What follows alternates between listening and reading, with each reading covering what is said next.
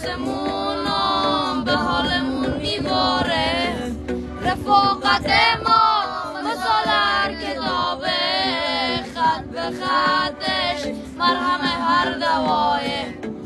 رفاقت ما مثال هر کتابه، خط به خطش مرهم هر دوایه. رفیقم دردت به جونم، ای داداشم مهربونم، یاور غم و جنونم.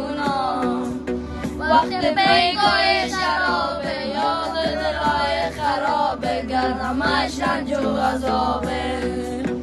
رفیقم دردت به جونم، ای داداشم مهربونم، یاور غم و جنونم.